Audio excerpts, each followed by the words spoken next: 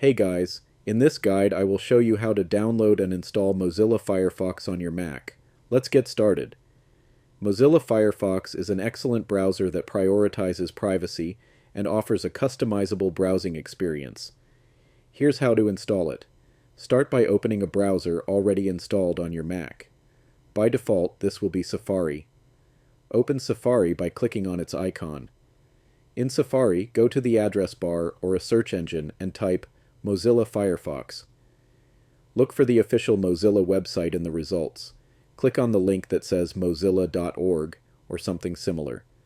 On the Mozilla Firefox page, you'll see a Download Firefox button in the middle of the screen.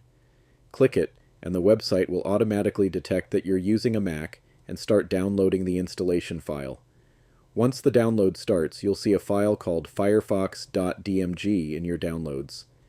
You can check the downloads icon in the top right of your browser, or open the downloads folder in Finder.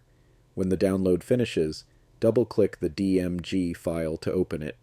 You'll see a window prompting you to drag the Firefox icon into the applications folder. Simply drag and drop the icon into the folder. The system will copy Firefox into your applications folder. Once the process is complete, you can close the installer window. Next, move the installer file to the trash.